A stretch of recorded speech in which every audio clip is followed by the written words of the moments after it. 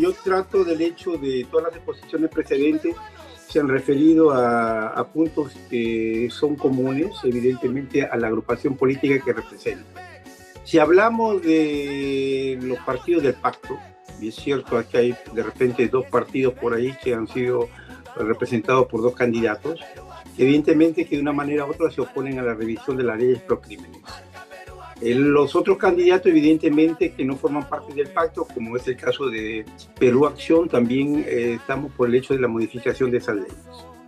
En segundo lugar, lo que yo quisiera remarcar es que hay algunas propuestas que lamentablemente, con el respeto de todos los candidatos que estamos presentando ahorita, si bien hay elementos que focalizan un poco para la modificación de los consejos de consulta y el tratamiento que hay del personal en los consulados, yo creo que son cositas que a mí en todo caso, con todo el respeto, no son relevantes. ¿Por qué les digo?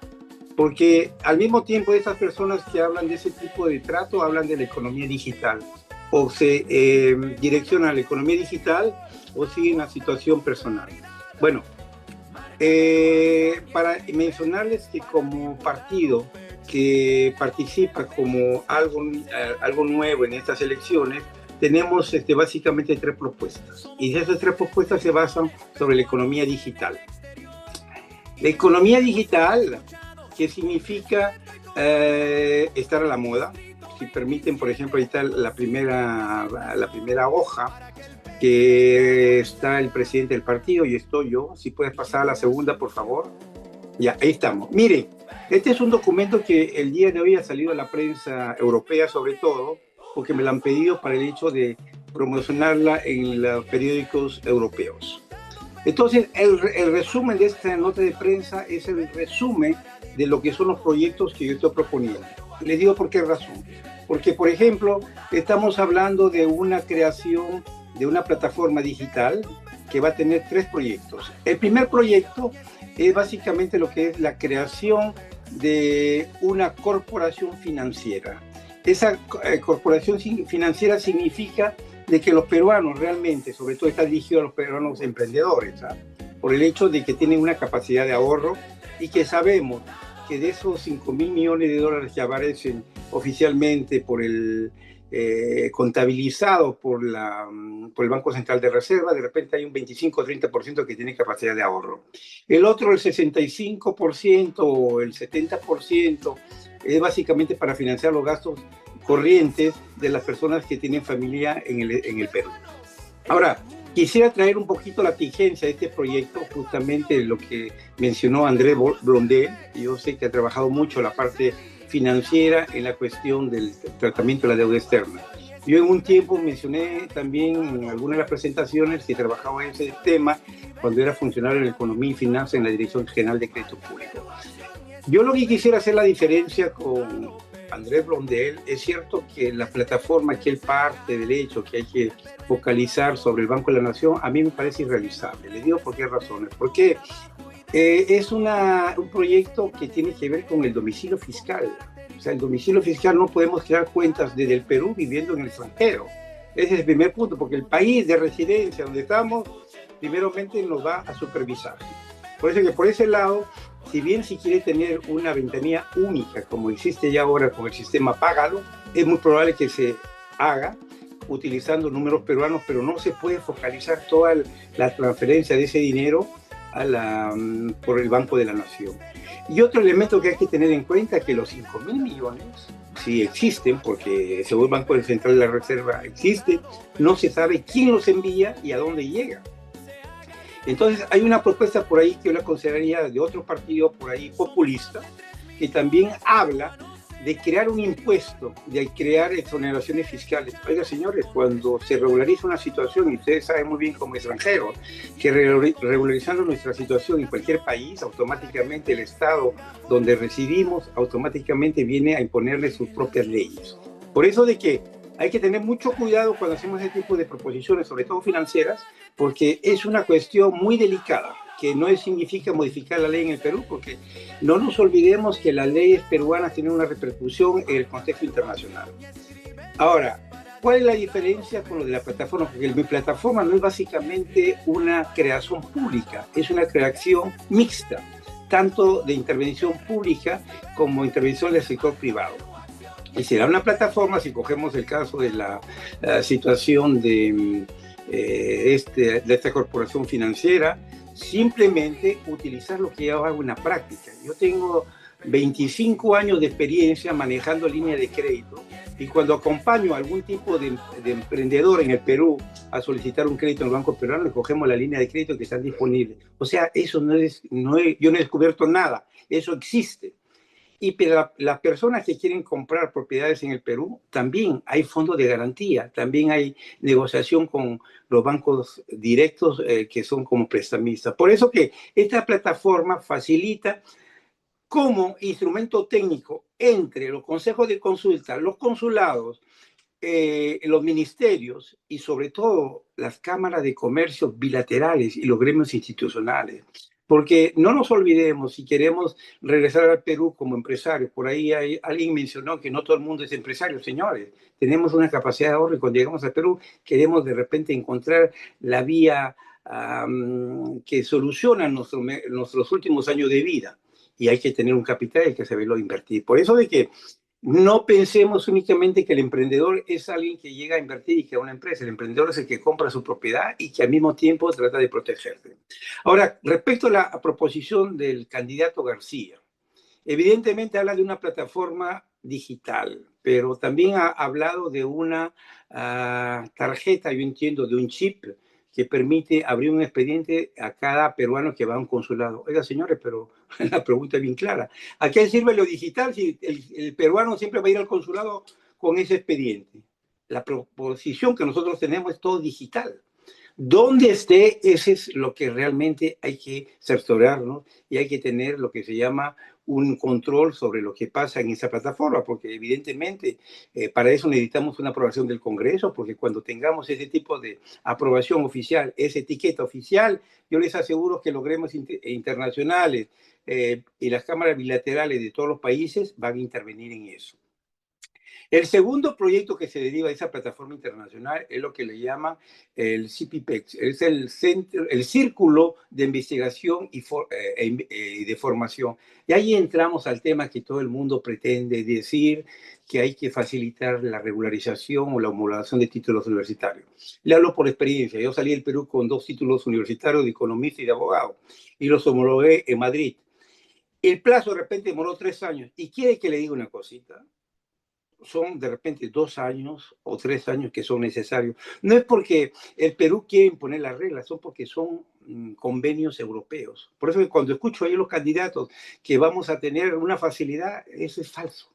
Y es falso porque hay que ver que la proposición que pueda venir de una disposición peruana no será aplicada en el país donde se encuentra. Por eso que, por ese lado, la homologación de títulos universitarios hay que tomarlo con mucho cuidado. ¿Eh? No es, hay un otro candidato que hoy día creo que no está, pero que decía que para facilitar esto habría que pedir al Ministerio de Educación que dé una constancia que la persona obtuvo el título universitario.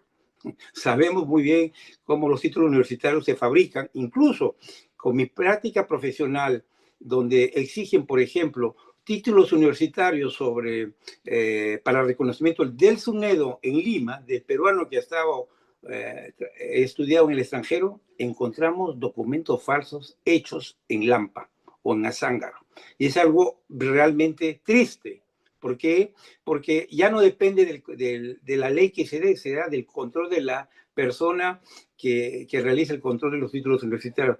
Y para muestra un montón, señores, ustedes no están ajenos, ustedes que hablan mucho de corrupción, ustedes que conocen las leyes anticrímenes, que yo supongo que tienen un criterio propio.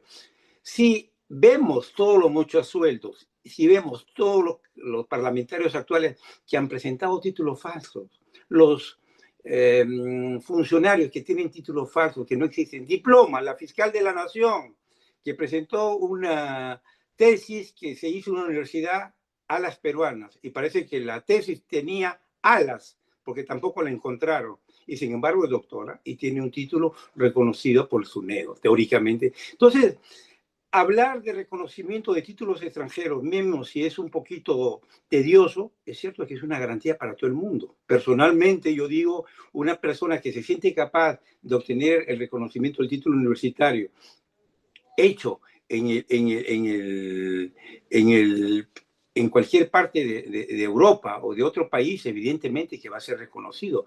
Pero no pretendamos que con la precipitación de tener rápido esa homologación vamos a ser mejores o peores. Puede suceder que de repente esa falsificación de documentos se presente. Otro criterio que hay que tener en cuenta es que dentro de ese CIPIFEX hay redes que funcionan muy bien de investigación, que ya lo hacen las universidades, que ya lo hacen algunas cámaras de comercio. Eso simplemente de canalizarlo vía la plataforma. Que todo el mundo tendrá participación, es cierto, de manera profesional, no de manera, como se dice, criolla, de pretender dar alguna información que no correspondan a la realidad. Y por eso de que los centros de formación tienen mucha capacidad. Y hay profesionales, por ejemplo, en Europa, sobre todo que yo conozco, que salen de buenas instituciones y que dan información y que dan formaciones vía virtual, interviniendo en la organización que yo represento, la organización civil, que facilitamos la creación de cursos para personas que no necesariamente tienen un reconocimiento académico, sino el práctico. Por eso que todo se canalizará por esa plataforma. Y el tercer proyecto es lo que llamamos nosotros de cooperación productiva, la cooperación internacional. En una entrevista me hicieron la pregunta si queríamos colgarnos de lo que era la AXI.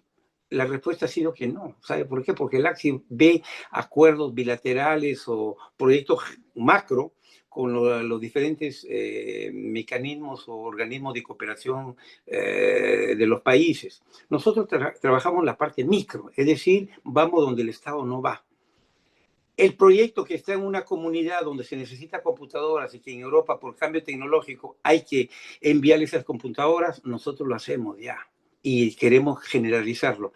En una zona de desastre, en América Latina hemos participado. ¿Por qué? Porque los que tienen esa ayuda no quieren pasar por el canal gubernamental porque estiman que es muy burocrático y muchas veces la ayuda no lleva al destinatario final. Todo eso se hace en la práctica. Por eso de que la plataforma que nosotros pretendemos ahora implementar es de otorgar eso que nosotros, en todo caso, mi equipo durante 25 años ha trabajado y que sigue trabajando y que seguirá trabajando, y que ahora lo hemos puesto a disposición del partido político Perú Acción para reclutar personajes o elementos que son determinantes para avanzar en este proyecto. No es nada nuevo. Es algo que existe en la práctica. No vamos a vender la idea de que vamos a mejorar con la economía digital este proyecto, simplemente avanzar, porque el Perú ya está más digitalizado que otros países de América Latina. Y cuando escucho la plataforma muy respetuosa del candidato García, es cierto, es una posibilidad, pero yo creo que hay otras cosas que están más modernas que habría que actualizarlo. Y la proposición de mi colega Blondel, yo estoy de acuerdo en muchas cosas, pero había que perfeccionar. Y parto del hecho que tanto el colega Blondel y el colega García, que serán senadores, sí, en el caso que sea elegido diputado, revisarán el proyecto que yo les alcanzaría. Eso es el punto principal. Ahora, si miran, ¿puedes pasar la siguiente página, por favor? Ahí estamos. Mire, este documento está elaborado, todo lo que figura ahí, ya tendrán en el momento, le diré a Miriam que si la puede distribuir, de todas maneras hoy día sale ya en las redes, está todo lo que es la práctica profesional de lo que tengo en Europa. La formación académica, ahí va a salir un documento, un film, YouTube, la misma cosa para abogados, la misma cosa para las organizaciones internacionales y los servicios para la diáspora peruana.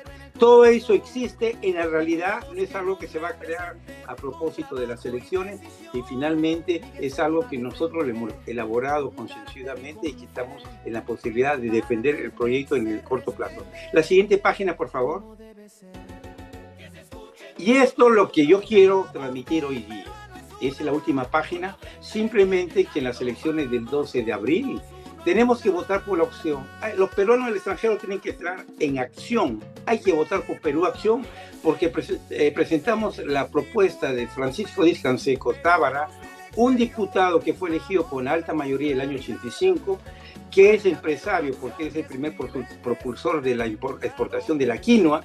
Y nosotros tenemos un equipo en el Senado Nacional, que es también Francisco Díaz Canseco Tábara, y en el Senado PEC tenemos un candidato que vive en Estados Unidos y que tiene mucha experiencia con la integración de los latinoamericanos. Y aquí, evidentemente, en Europa yo estoy como diputado con el número 3. De tal manera que lo que pedimos a los electores PECs de fijarse bien en la opción, en la fila 7, marcar por presidente, por Senado Nacional, por Senado PECs y diputado PECs. Me preguntarán, ¿el Parlamento andino? Tengo que confirmarles que no presentamos candidatos para el Parlamento andino.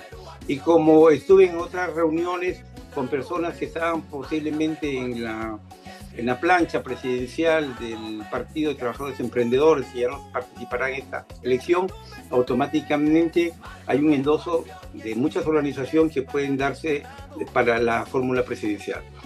Miriam, quisiera precisarte 2 o 3 cosas que he escuchado en la discusión. En primer lugar, es la presentación de las cuentas financieras de la campaña. Quiero informarle a todos los candidatos, que me parece un poco sorprendente que no lo sepan, que el plazo ha sido prolongado al 27 de marzo.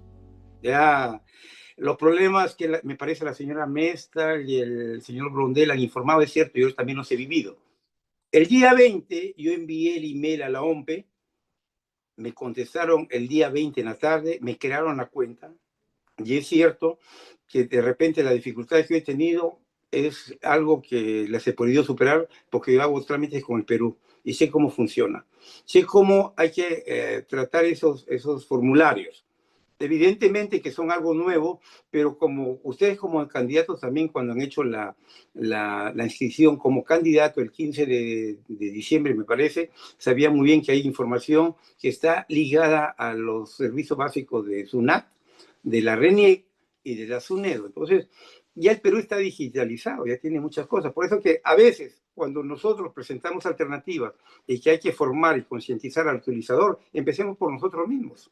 Yo creo que si nosotros queremos demostrar que las plataformas sirven, hay que saberlas utilizar.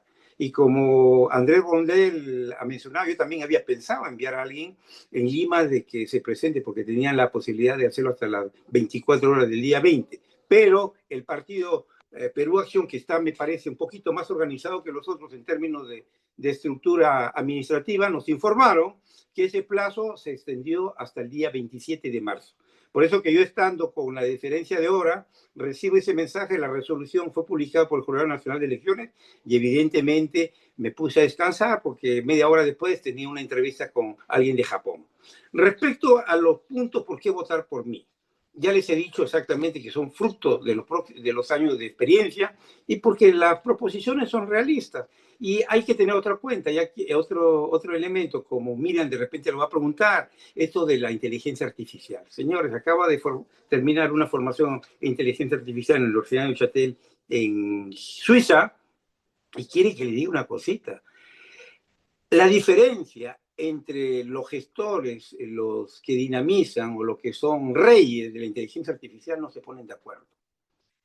La reglamentación solamente existe en Europa. En Estados Unidos cada estado genera su propia ley.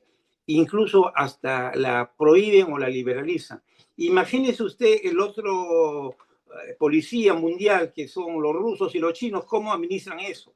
Por eso que la inteligencia artificial hay que conocer cómo se utiliza. Hablamos mucho de inteligencia artificial. Yo como abogado le digo, hay muchos abogados que se hacen sancionar porque utilizan la inteligencia artificial, porque no leen, porque piensan que es todo. No, señor, la inteligencia artificial es una herramienta además, es un elemento que hay que tener en cuenta, pero no hay que ser dependiente.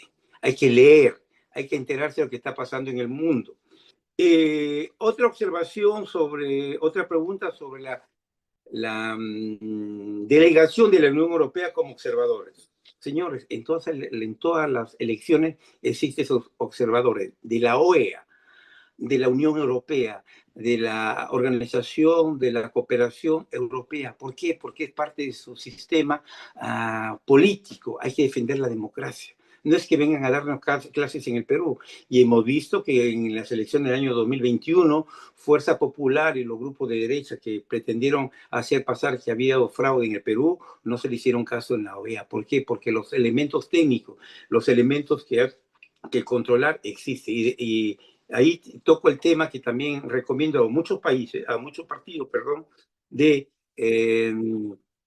tener personeros. porque de nada sirve tener una buena campaña, de tener las mejores propuestas si no tenemos personeros, porque independientemente de la buena voluntad que tenga el personal de la OMPE que supervisará esas elecciones, siempre hay personas que son un poco deshonestas, un poco que caen en la corrupción fácil y que pueden alterar un resultado. Y respecto al financiamiento de las redes sociales, yo tengo que decirles que las redes sociales están controlados por los estados, quieran o no reconocerlo, lo existe. De repente en algunos países como Rusia o los países socialistas o China es más evidente, pero incluso en países como el Perú, como otro país de América Latina, las redes sociales, porque es su propio negocio, prácticamente controlan. Y saben muy bien que cuando hay una propaganda política, inmediatamente te mandan la factura para poder de repente promocionar el sitio, porque saben muy bien que es un negocio que le favorece a todos. Ahora, ¿por qué hay que controlar eso en una contienda electoral? Yo creo que es incontrolable. Les digo por qué razones. Porque ya no se puede controlar lo que dice la ley propia de la protección de datos o la ley propia de las instituciones que dicen ser las gerentes o las garantes del control o de lo que pasa en el Perú, como son el Ministerio Público, como son los ministerios, como son el mismo Congreso, las comisiones. Imagínense usted, vamos a perder tiempo. No seamos ingenuos, esos controles no se pueden hacer ahora. Y los comentarios que salen en las redes sociales justamente es un comentario más de un periodista que puede sacar de repente alguna ventaja para distraer lo que es lo central, las elecciones. Un punto final que quisiera abordar es sobre la ley de presupuesto. Yo las propuestas, quiere que le diga, cuando escucho qué voy a cambiar, señores, seamos realistas, yo he trabajado 5 años en economía y finanzas y creo que el señor Blondel y el señor García conocen muy bien cómo se negocian la ley de presupuesto todos los años. Por eso de que todas las propuestas que vengan, que quiero presupuesto, señores, no, olvídense, es como pedir que con una oración ganemos las elecciones. Es simplemente centrémonos en la realidad, seamos concretos. ¿Qué es lo que voy a hacer los primeros 30, los primeros 100 días o los primeros 6 meses? Porque hay que pensar también en una cosa de realizable, no hay que pensar en fechas, no hay que pensar de calendarios. Porque si nos instalamos el 28 de julio, yo creo que a fin de año podríamos tener algo claro. No serán los 90 días. Hay que pensar de manera realista. Yo creo que lo primero que hay que hacer es que ver cómo está conformado el Parlamento. Porque si el Parlamento está conformado, y digamos si el Senado también, que es que va a tener un poder incontrolable, va a estar conformado por los mismos grupos que están ahora. Oiga, señores, no hablemos de las propuestas que vamos a hacer porque queremos cambiarlo a nuestra manera. No se va a poder. ¿Ok? Primer punto. Segundo punto, después que tenga esa conformación de lo que es el Parlamento o la Cámara de Diputados o la Cámara de Senadores, ir a los consensos de lo que son puntos que son características comunes de ciertos grupos. Es muy probable que en los grupos hoy día que están en el Parlamento y que tienen nuevas figuras que aparecen en la vida política, de repente tengan una visión diferente de los que esperemos que no sean elegidos, que están como miembros del Parlamento ahora. Y canalizar puntos, señores, solo no vamos a hacer nada. Los PECs somos 2 sobre 130 y los Senados es 1 sobre 60. Señores, hay que ser realistas. Hacemos lo que pasa, por ejemplo, cojamos lo que está pasando en España. La regularización que el Partido Socialista ha querido imponer, regularización de extranjeros, que ha querido imponer con un decreto de urgencia, si se quiere entender, ahorita el Parlamento no le quiere dar autorización, porque según el Parlamento es una ley populista. Entonces, imagínese usted un país donde supuestamente España ya está con una situación un poquito más creada para llegar a ese tipo de compromiso. Imagínense en el Perú lo que va a pasar. O sea, las leyes pro crimen, que hay que reformularlas, ojo, porque yo coincido con muchos técnicos y con muchos abogados con los cuales he debatido, que hay justificaciones jurídicas. Como lo digo siempre, esa justificación permitirá de todas maneras facilitar, como dice el candidato García, que los procesos no sean largos. Yo estoy de acuerdo con él. pero es que el objetivo no es eso. El objetivo es limpiar a algunos miembros del Parlamento que están con procedimientos que posiblemente sean prolongados a otros miembros. O sea, no metamos tampoco la justificación populista para creer que las leyes pro crimen son buenas.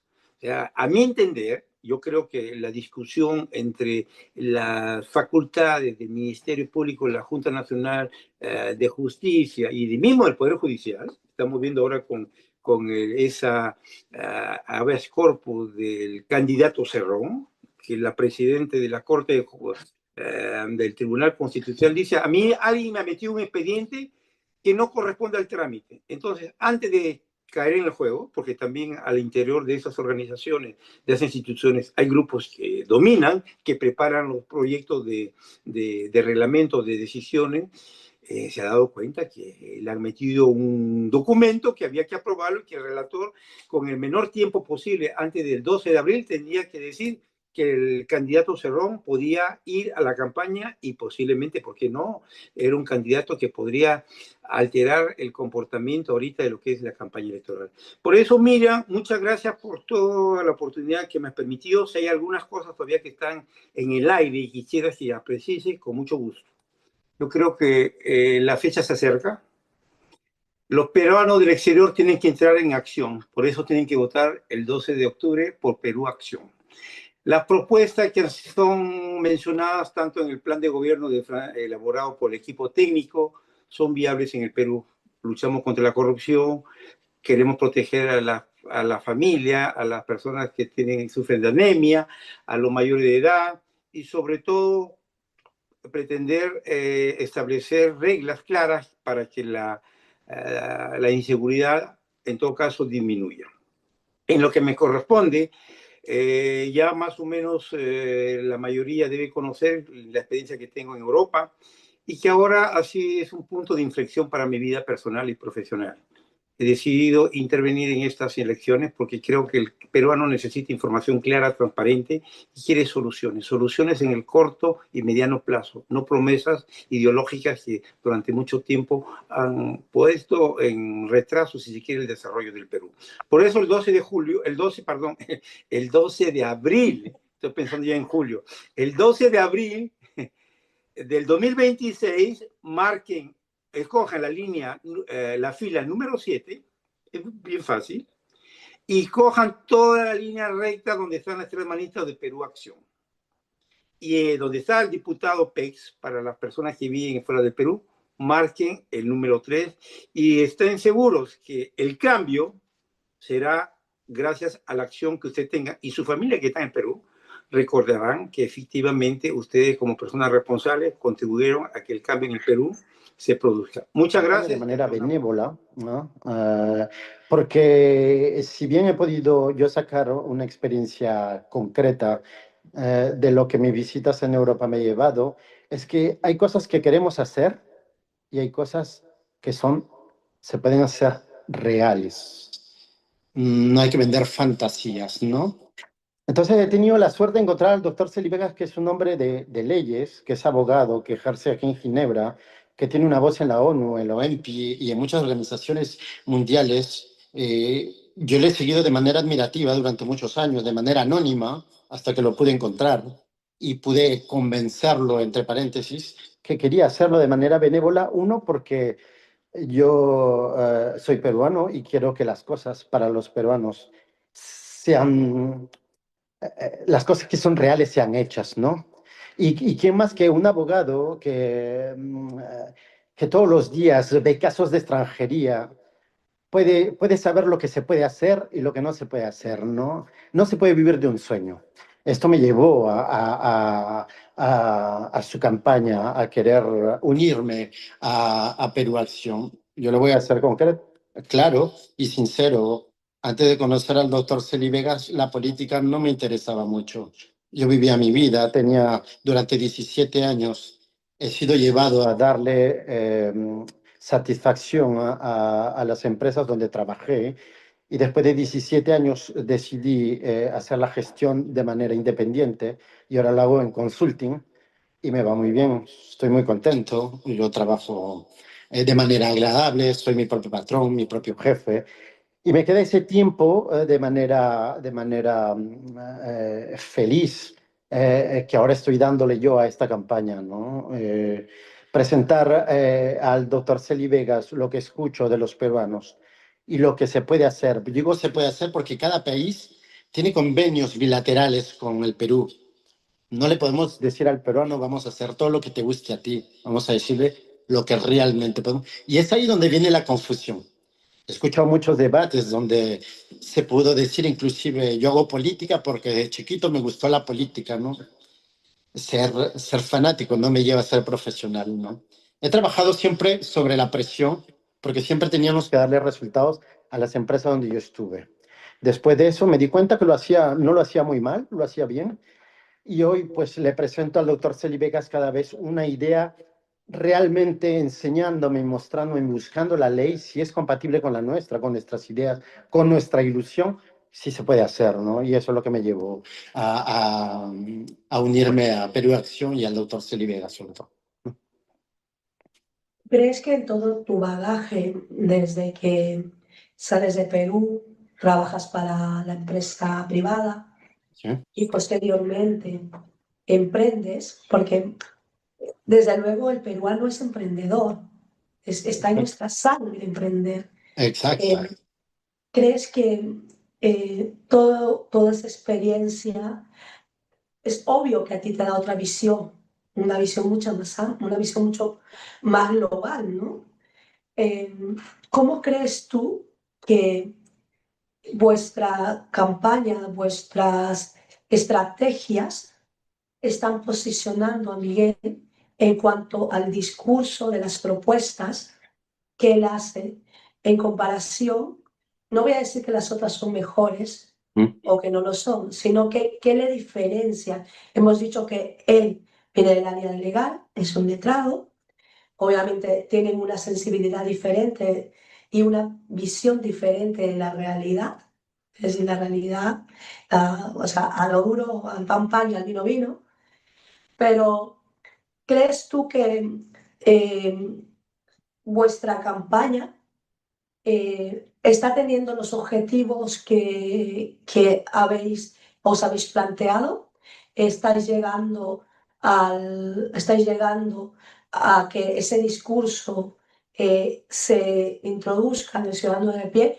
¿Cuáles son las principales dificultades que os encontráis en comparación con los partidos ya de toda la vida, que obviamente tienen muchos más recursos que partidos que van en minoría? Bueno, es una pregunta muy interesante. Particularmente ha habido una cosa que me lleva a estar satisfecho de haber llegado a convencer al doctor Celi Vegas de hacerme parte de su campaña política, porque yo le escuché decir una idea que es muy clara y lo viví por una experiencia propia, ¿no? Una vez, usted lo acaba de decir, los peruanos nos gusta entretener, hacer cosas, crear y avanzar, ¿no? Y una vez no pude adquirir un crédito en el Perú, no porque vivía en el extranjero, porque nuestra burocracia o porque nuestro sistema económico no lo permitía, ¿no? Y en Suiza yo no me puedo quejar, mi vida me va bien, ¿no? El doctor Celi Vegas presentaba un proyecto que era magnífico, una plataforma digital que podía a nosotros los peruanos abrirnos la puerta de repente de ser propietario de nuestro país. Lo que es ilógico, y lo que es triste, yo lo voy a decir triste, y esto es lo que también, uno de los puntos graves que me llevó a mí a querer ser parte de la campaña del doctor Celi Vegas, es que yo no soy propietario de mi país de un terreno ni un departamento, pero soy propietario de un departamento en Suiza. Es bien complicado eso, ¿no?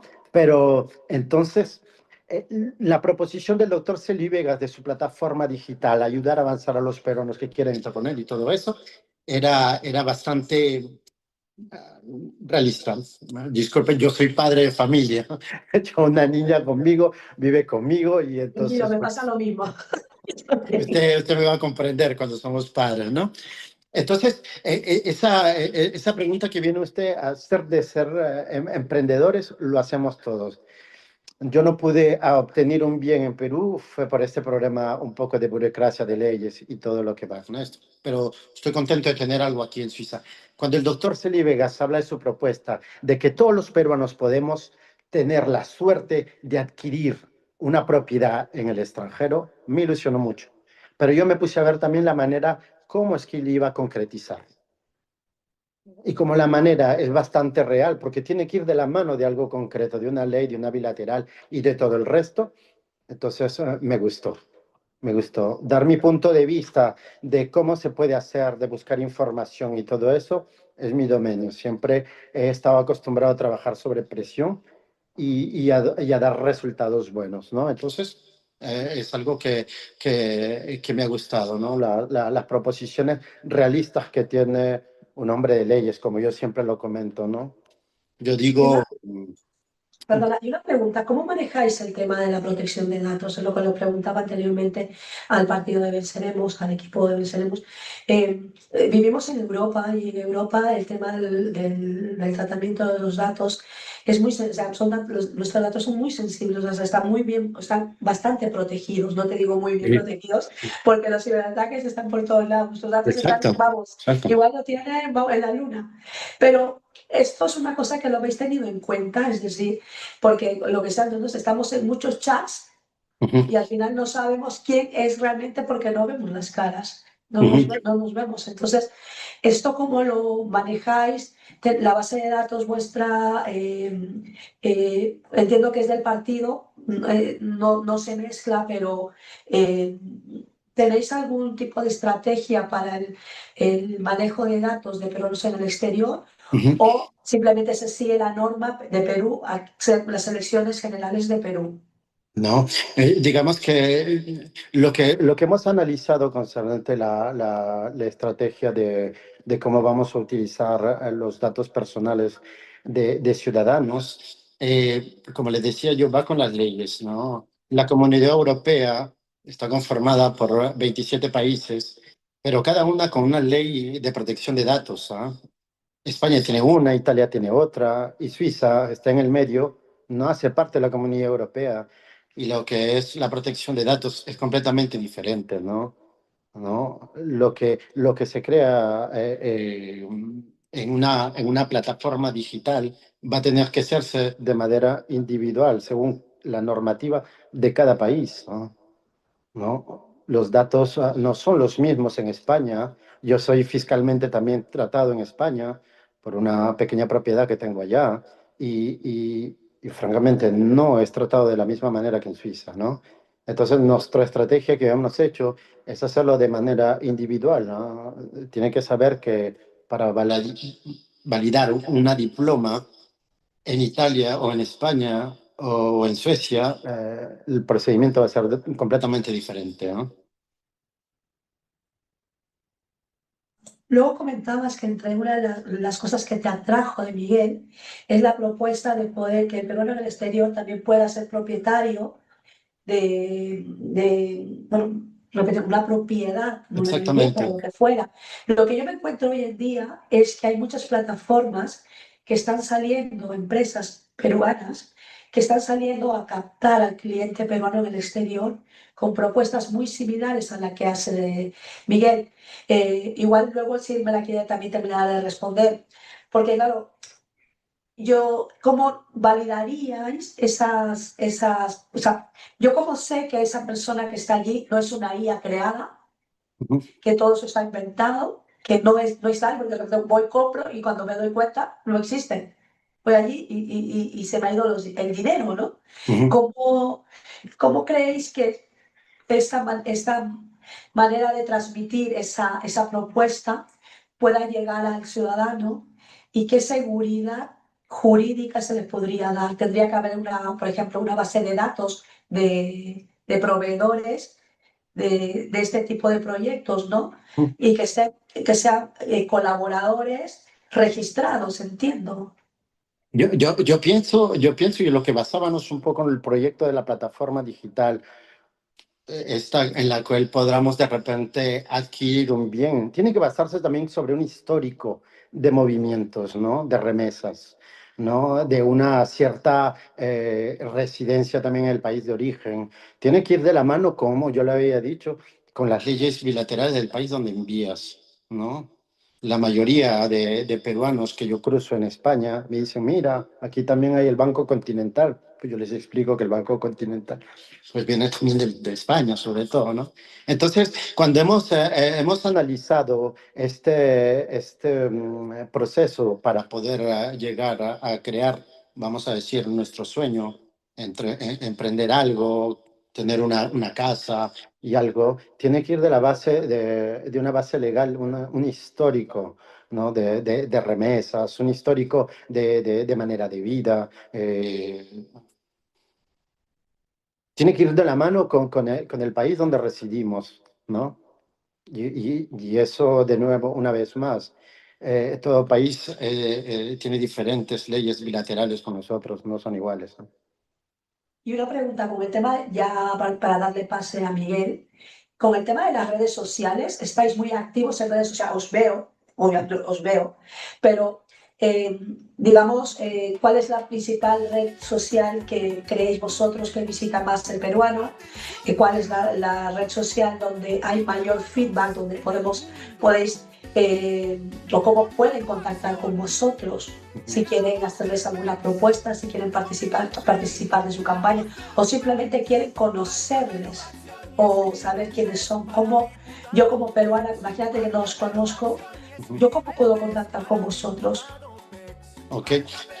Nuestra campaña política la hemos hecho, como yo le decía, yo soy independiente y el doctor Celi Vegas tiene su gabinete de abogados. Lo hemos hecho de manera presencial en algunos países, en España, en Francia, en Italia y aquí en Suiza. Hemos acercado a la comunidad. La gente siempre nos comenta, y yo estoy muy sorprendido que la gente, porque mis hijos me lo dicen, papá, ya no se utiliza Facebook, pero todos los peruanos que yo contacto, un poco en esos países, me dicen, no, por Facebook, ¿no? Entonces, nosotros nos hemos hecho muy presente con Reels en Facebook, pero sobre todo, yo soy la persona que siempre va al encuentro de la persona que está sentada tomando un café, que está sentada en un metro, que espera. Muchas veces está sorprendido que en un metro en España o en la movilidad en Italia yo me acerque, ¿no? Y le pregunte. Y le digo, nosotros estamos presentes en Facebook, estamos presentes en TikTok sobre los cuentos del doctor Michel Solivegas. Y yo estoy sorprendido de que nuestros ciudadanos están bastante activos en el Facebook, ¿no? Mis hijos me dicen que eso ya no se ve, pero yo estoy sorprendido que nuestros compatriotas lo hagan, ¿no? Aparte de, yo siempre prefiero el contacto humano, siempre, cada vez que puedo acercarme a un peruano, siempre me acerco, ¿no? Pero estamos muy presentes con una IT allá en Perú, ¿no? que nos trabaja también varios medios sociales, estamos presentes en eso, ¿no? Y una pregunta, ¿habéis notado faltar la cobertura de prensa peruana? Escuche, para serle sincero, los PECs, de repente porque estoy más presente, lo conozco un poco más, ¿no? He estado muy desilusionado de algunos debates donde el doctor Celi Vegas, se ha hecho presente. No le han hecho preguntas que tienen que ver con los PECs, con los peruanos en el extranjero, sobre todo que su rol de él va a ser defendernos allá, ¿no? La prensa peruana que lo ha entrevistado le ha hablado poco sobre lo que necesita el peruano en el extranjero. Eso es lo que me ha desilusionado bastante a mí, porque finalmente el doctor Celi Vegas está para representarnos lo que nos hace falta, en qué nos puede ayudar a nosotros para facilitarnos la vida. Yo escuchaba burocracia, pero burocracia va con leyes bilaterales, yo lo vuelvo a repetir, ¿no? Eso era un poco lo que me había a mí Bueno, en realidad la burocracia es una cosa que no nos la podemos saltar. Ahora, la burocracia dependerá de si la normativa, cómo está creada la normativa, si da facilidades, por ejemplo, tipos de acceso. Hoy en día tenemos certificado digital, con lo cual esa burocracia ya no es tan pesada, sino que nos facilita poder realizar nuestras gestiones. Claro, todavía creemos que probablemente en Perú, como Perú en el exterior, todavía no estamos todavía muy sentados, no estamos afianzados como colectivo o como distrito electoral. Probablemente es eso que nos está pillando un poco, vamos un poco atrasados, pero creo que probablemente en posteriores campañas o posteriores elecciones, creo que ya de estas primeras ya se va aprendiendo. Bueno, pues muchísimas gracias, Elvis, encantadísima. No, ha sido un gusto para mí. ¿Vendrás a Barcelona? Sí, estamos en Barcelona el 27, claro. Fantástico, pues nos vemos allí. Con mucho gusto. Gracias por vuestro tiempo que dedicáis, os agradezco de todo corazón. Gracias por habernos dado un poco, saber conocerles y ponerles cara. Sí. Porque es importante conocerlos a vosotros, saber quién está detrás del candidato. Pues ha sido un gusto. Con muchas propuestas que no son malas probablemente de origen, pero que probablemente no son realizables, porque, por lo que comentaba Elvis, cada sociedad o cada país tiene su propia legislación. Entonces, poder equipararlo todo a una misma será muy complicado. Tú como candidato, en esta fase que lo hablamos con Sonia, que hoy tú ya has hecho tu declaración de ingresos financieros, ¿ya lo tienes solventado? ¿O todavía estás en ese rango de que...? No, justamente ese es un pequeño tema que quisiera hablar algo sobre el tratamiento de la OMP, porque la declaración recién la estoy haciendo, porque hay que habilitar una cuenta, una casilla electrónica, y lamentablemente después que la he solicitado todavía no la recibo. He insistido en el día de hoy a ver si me la otorga, me han dicho que sí, pero siempre hay soluciones, porque otra solución es entregar los documentos de manera personal hasta las 12 de la noche hora peruana, donde habrá alguien del equipo que podrá hacerlo en el caso que la urgencia se presente. Ya. Para indicarle justamente eso, yo soy invitado del partido Perú Acción. Cuando tomo contacto más o menos a mediados del mes de diciembre hasta ahora, la burocracia que han hablado es una burocracia realmente que desanimaría a muchos candidatos.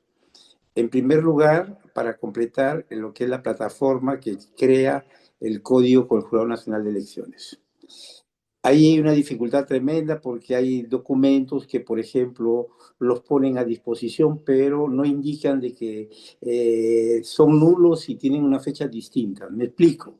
Había un formulario de base que permitía la inscripción de los candidatos. Pero claro, ese formulario apareció antes del 15 de diciembre. Lo que pasa es que todo el mundo llenó, yo personalmente lo llené en noviembre y lo envié a Lima porque por experiencia en la campaña del Colegio de Abogados había que hacerlo, cuando yo estuve como candidato a vicedecano, había que hacerlo en documento real.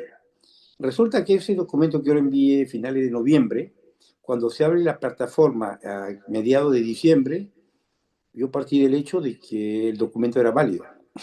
Ese mismo documento que lo metí en la plataforma, llené los datos y ¡boom! Primera observación. El documento tiene que tener la misma fecha que se abrió la plataforma. Boom. Ya ese es el primer escollo. El segundo escollo es de que cuando uno llena esos formularios, yo les digo, ahí hay una cosa que está muy avanzada en el Perú, en todo caso, en este proceso de elección, es de que las informaciones por el número de DNI está ligado a todas las informaciones que pueden haber en SUNEDO, SUNAR, la administración fiscal. Entonces, hay un primer filtro que, a mi entender, está bastante evolucionado.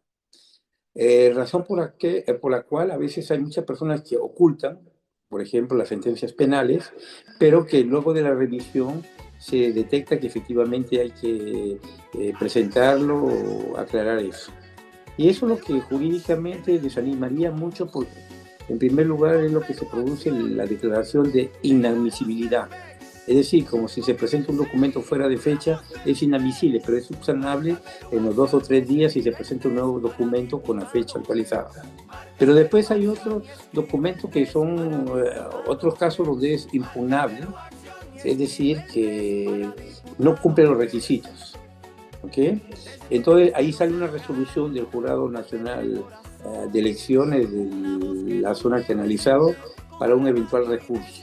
Y allí han habido muchos partidos y hasta ahora que estamos el 20 de marzo, en todo caso Perú Acción continúa a recibir informaciones solicitando de repente el mismo documento que ya ha sido entregado hace tiempo, que lo solicita nuevamente el Jurado Nacional de Elecciones. Personalmente, yo tengo títulos universitarios que están registrados en el CENEDO, pero hay 2 maestrías que no están registradas porque, en primer lugar, son recientes y yo las mencioné. Entonces, cuando yo las he mencionado, la observación que me viene presenta el título o el diploma o la calidad de esos estudios. Entonces, son cosas que, no siendo necesarias, sin embargo, continúan investigando sobre eso.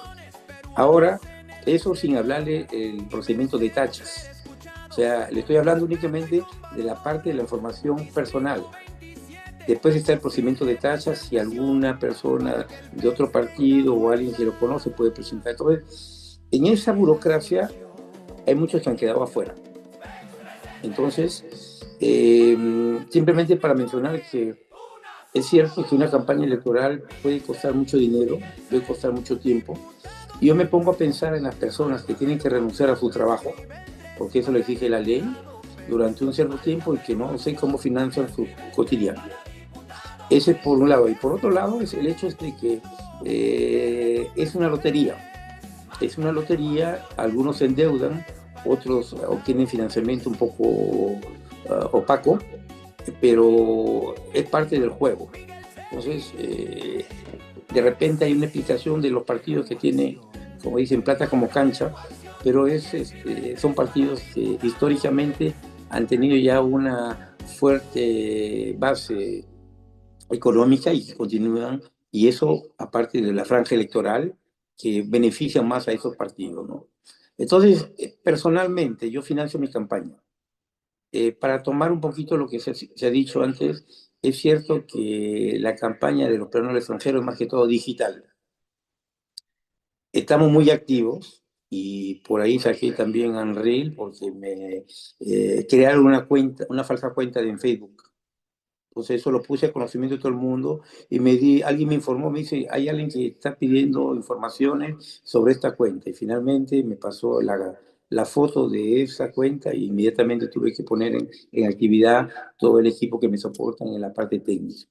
Pero eso también hay que tener en cuenta que hay muchas redes, y eso de repente ustedes lo han verificado, hay muchas redes que a veces o es el presentador de la televisión, o es el partido, o es el candidato que lo bloquea. He tenido por ahí la mala suerte que a mi candidato, una presentadora lo entrevistó y parece que esa presentadora no es muy querida por muchas personas. Y de repente cuando se pone el video de esa entrevista, una parte, aparece esta persona en portada, ¿no? Y yo creo que de las veces que se ha querido imponer ese tipo de, de video, automáticamente ninguna red lo coloca, pasa al archivo. Pero bueno, parte del negocio. Y otra cosa que he descubierto es también el hecho de que han habido algunos videos que han sido bloqueados de YouTube. En primer lugar, la persona que hizo esos videos, que era muy profesional, no se explica por qué lo bloquearon. Entonces empezamos a analizar si era la música, cambiamos la música, lo colgó YouTube. Después la persona me dice, ¿sabes qué? Yo te creo videos, pero mis conocimientos técnicos se limitan ahí. ¿Ok? Y pasamos a la segunda persona que se encarga de las redes, y efectivamente modificó algo. Y ese algo era de los partidos del pacto. Entonces tuvimos que sacar eso y ha pasado ahora. Ahora, no lo hemos metido en YouTube porque corremos el riesgo que como ese video ya ha sido identificado, lo vuelvan a sacar. Sin embargo, Facebook lo mantiene y sobre eso estamos promocionando. Ahora, eso es el riesgo que existe a nivel de redes.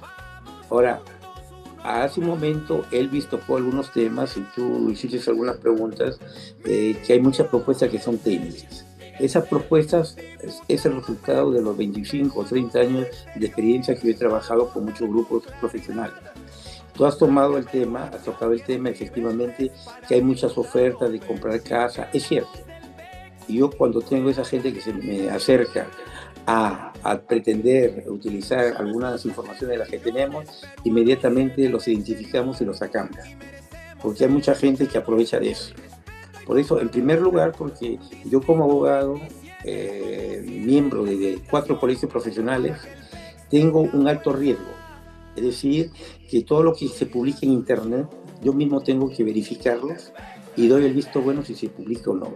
Cuestión de ética, cuestión de competencia, cuestión de palabras mal utilizadas, cuestiones de imágenes.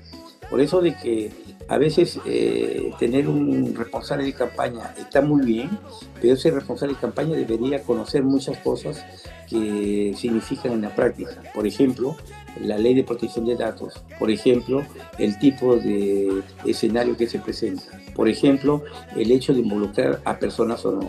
Si tú te das cuenta en los videos, en los programas que yo aparezco en programas que son de derecha, que son de izquierda, que son alternativos en todos. Y como mi propuesta es técnica, independientemente de lo que sea el resultado, esa plataforma continúa. Ahora, como toda campaña, esa promoción de la plataforma, hay seguidores que en algún momento me tientan y me dicen no continúes en la campaña porque el proyecto está muy interesado para desarrollarlo de manera privada. Bueno, yo hemos manejado esos proyectos con un equipo muy interesante y nos mantenemos en eso. Por eso de que hay muchas cositas que se podrían hablar, simplemente que te dejo a ti para que me hagas preguntas sobre algo puntual que quisieras que yo invoque. Cuando hablas de proyectos técnicos, son proyectos basados en, por ejemplo, comentaba Elvis, el tema de poder acceder a una vivienda en Perú. Entiendo que ese proyecto, porque ahora mismo en Perú, un ciudadano peruano que no tenga primera vivienda podría, con apoyo del Estado, poder tener corrígeme si me equivoco, ¿vale?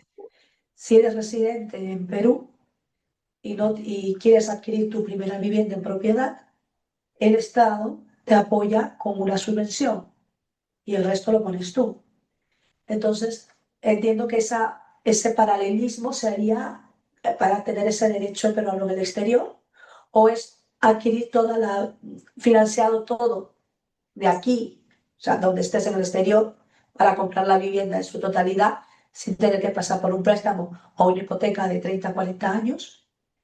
Eso por un lado, tema de vivienda. Segundo, China, por ejemplo, y tú lo sabrás mejor, por lo menos hablo de la parte de mí que yo conozco, que en Europa se ha posicionado muy bien en todas las áreas.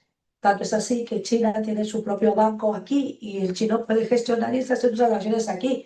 No necesita, digamos, una empresa de envío de dinero o cambio de dinero. Entonces, dentro de tus propuestas hay esa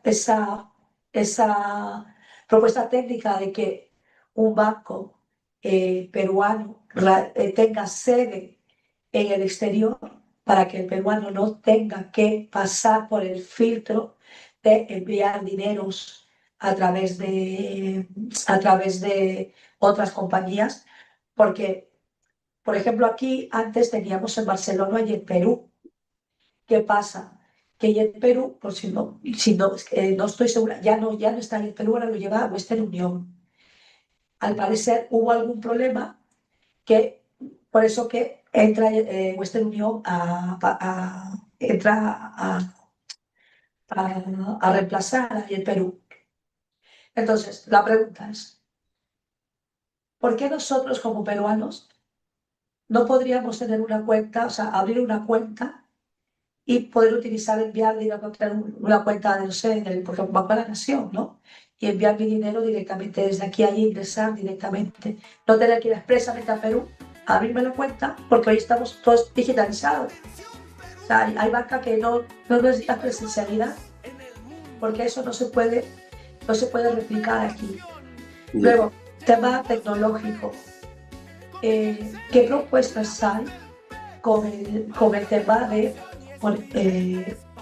cumplimiento de normativa en el ámbito de la tecnología? Por ejemplo, uso de IA en el ámbito de la emprendeduría, en el ámbito de la educación, incluso en el ámbito legal, porque tú habrás escuchado en muchos casos abogados que han perdido el caso porque han filtrado el documento en una IA y les han inventado una norma que no existe, y el juez les ha dicho: señores, esto no existe, así que va a su casa.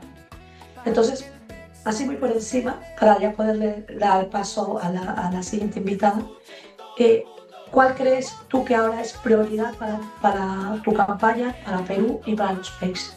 Y un mensaje de despedida. Mira, yo creo que todos los puntos que tú has tocado son parte del proyecto.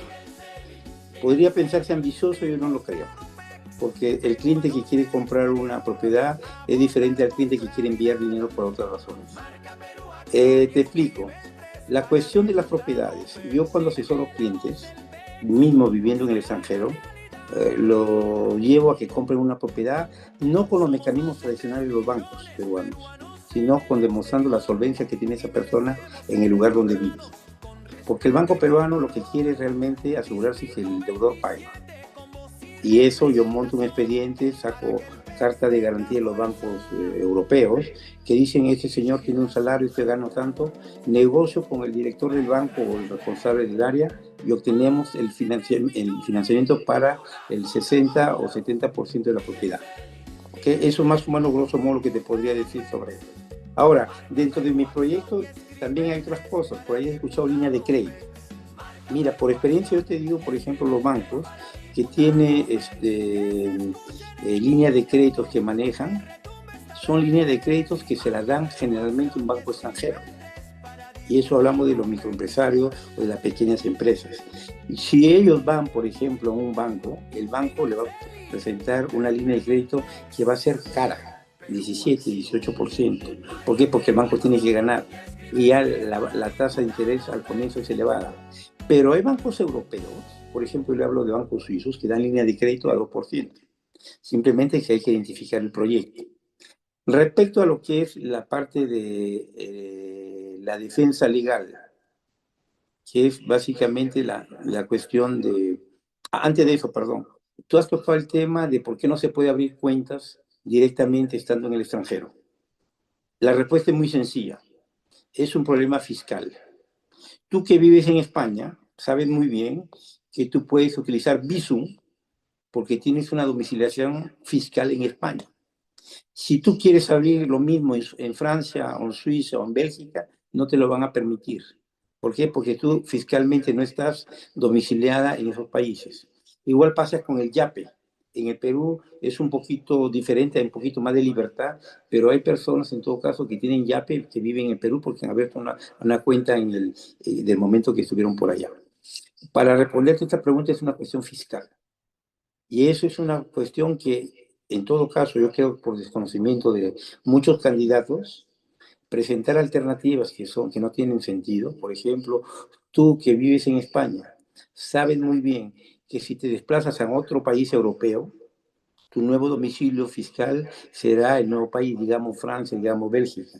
Y teóricamente, todo lo que tienes en España, si eres propietario, tienes que declararlo en el país donde resides. O sea, ahí la gente es muy coloquial, muy folclórica, no declara, pero cuando le cae, le cae. Ahora, has tocado también un tema relativo a la inteligencia artificial. Yo acabo de terminar una formación que es una especie de diploma de posgrado en la Universidad de Neuchâtel el año pasado. Es la primera promoción de inteligencia artificial para abogados en el área francesa en Suiza. Una formación muy interesante Y ahí lo que uno aprende realmente es el grado de responsabilidad, sobre todo de la utilización de la inteligencia artificial. Lo que tú dices es cierto, hay mucha gente que lo hace. Incluso últimamente tengo clientes que vienen ya con la solución según la inteligencia artificial. Entonces yo le digo, ¿y para qué me viene a ver, no? Es que la inteligencia artificial les ha dicho que tienen que venirme a ver a mí o no. ¿No? Y hace la parte jocosa, ¿no? Y me dice, no, porque llego a ese tema, le digo, señor, si usted me mete 1 kilo de azúcar y 1 kilo de cacao, de repente para usted el azúcar y el cacao le da una buena combinación, pero para otra persona no, porque son casos diferentes. Y ahora, yo también soy árbitro en la Cámara de Comercio de Lima. Y como árbitro, y teniendo la experiencia de cómo hacen los jueces en los procesos judiciales, la visión es diferente. O sea, no es solamente proponer por proponer, es también la responsabilidad. Por eso que cuando nosotros presentamos esa plataforma, tomamos todas las seguridades del caso, porque puede haber blanqueo de capital, puede haber personas que se aprovechan de eso, incluso no está descartado que algún impresentable o algún tipo de irresponsable pueda copiar todo y ponerle su nombre. O sea, nosotros hacemos un filtro que no se ve en la plataforma. ¿Por qué? Porque tenemos que proteger también a las personas que, participando en la plataforma, quieren intervenir como financistas en los proyectos. Por eso de que hay que tener mucho cuidado. ¿No? Cumplimiento de la normativa. Claro, o sea, hay que tener muchas cosas. Por eso que a veces algunos me dicen es muy pesado, muy tedioso, pero son años de experiencia, es años de conocimiento. O sea, eso no se aprende de la noche a la mañana. Pero, como yo digo, si hay que avanzar en el Perú, en los lugares donde realmente el Estado no existe o no le interesa existir, nosotros estamos para eso. Por eso que tenemos muchas alternativas que en función de lo que sean los resultados podamos continuar, sea por la vía privada o por la vía pública. Chicos, pues muchas gracias, Miguel.